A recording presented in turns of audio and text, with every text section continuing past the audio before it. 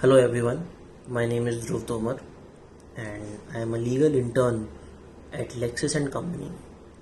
Today in this video, I am going to talk about the ban on social media services.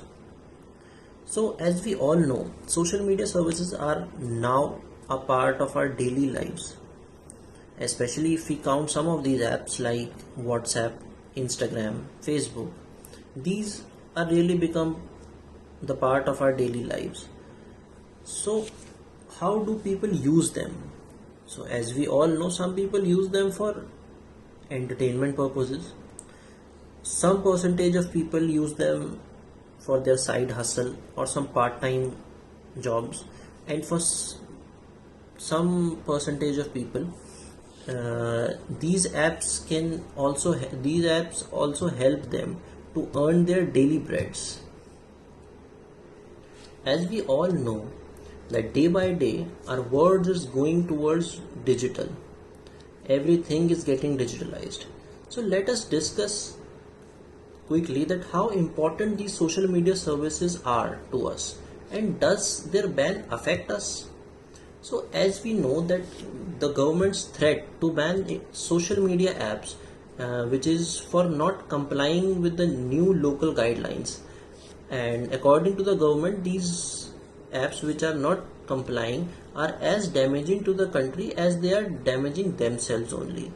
So on May 26th, which was the last day for all social media companies to meet a local regulation in India that was introduced in February, and which mandates all the firms with over 50 lakh users to offer traceability of information, as well as to appoint a grieving officer for them.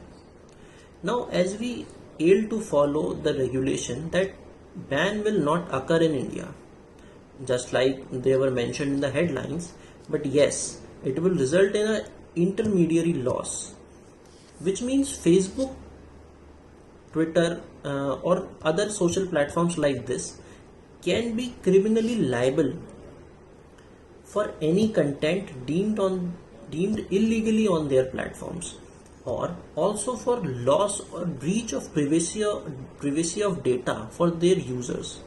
While the traceability rule is impossible for some cases, the sheer haste with which the government is acting. So the government is giving a 3-month dead period, which is necessary as per our experts, and in comparison to the government's knee-jerk policy, the European Union General Data Protection Regulation has given 2 years to these companies.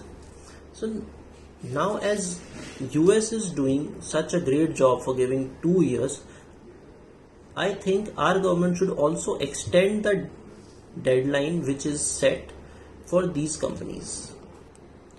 So now we will take an example of the most commonly used app, which is WhatsApp. And WhatsApp has around 40 crore users in India. And WhatsApp has sued the government seeking towards to block the new IT rules. And this information is according to the Reuters. So this messaging giant argues to the government that the rules require services to trace every single message, since there is no telling which message a government would want to investigate or not in the near future. And in doing so, a government that chooses to mandate the traceability is effectively mandating the new form of mass surveillance. This line has been said by WhatsApp only, and now in the near future we would like to see that what happens. Does these IT companies or these social media companies move according to the bans or the regulation which the government has set for these bans, or like WhatsApp and some other apps which has sued the government against these new IT policies. So we will see what happens in the near future. And first of all, I would like to mention that government should increase the deadline of the implementation of the rules. And secondly, if the companies are uh, uh, if the companies are preventing the privacy policy of their users, the app shouldn't be banned in my opinion. Thank you.